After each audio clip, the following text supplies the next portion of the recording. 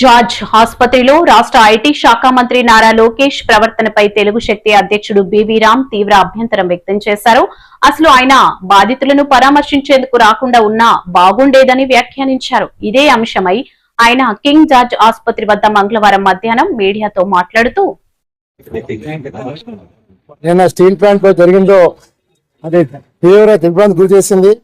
మా విశాఖపట్నం ప్రజలు ప్రతి ఒక్కరు కూడా చాలా బాధాకర సంఘటన అది.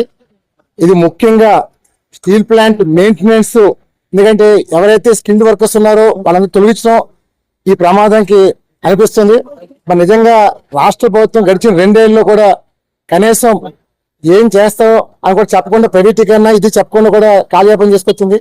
మరి ఇందాకే మనం చూసాం, లోకేష్ గారు ఆర్మీ సంఘాల పైన ఆయన మండిపడటం చాలా కలత చెందుతుంది. ఎందుకంటే ఎవరైనా సరే చనిపోతే ఒక బాధతో వస్తారు, కానీ ఈవేళ మీకు సంబంధం ఏంటి, మీరు ఎందుకు వచ్చారు, మీ ఇంట్లో చనిపోలేదా అన్న మాట మాట్లాడటం ఒక మంత్రిగా ఆయన అవివేకం, ఆయన అసమ్మతి కనపడుతుంది. మరి డెఫినెట్ గా మేము ఒకటే కోరుతున్నాం, ఇది ఒక బాధాకర సంఘటన.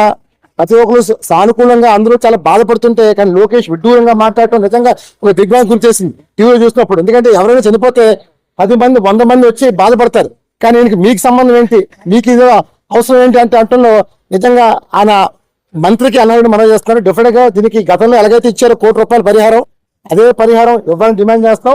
పైగా ఆ బిడ్డలకి రాష్ట్ర ప్రభుత్వమే వాళ్ళ చదువు పూర్తిగా భరించాల్సిన బాధ్యతను మనం చేస్తాను. మరి వాళ్ళ ఇది సంఘటన ఇది ఇక్కడ ముందుగా జరగచ్చు. స్టీల్ ప్లాంట్ మెయింటెనెన్స్ జరగట్లేదు. సో స్టీల్ ప్లాంట్ కానీ మెయింటెనెన్స్ కానీ చేయకపోతే మాత్రం ఇలాంటి సంఘటనలు రిపీట్ అవుతాయి ఎంతో మంది చనిపోతారు. దయచేసి ఇప్పటికైనా సరే ప్రభుత్వాన్ని మేల్కొల్పు చేస్తున్నారు. దయచేసి ఈ విశాఖ స్టేట్ లో దుష్టాన్ని కోరుతున్నాను. జై హింద్.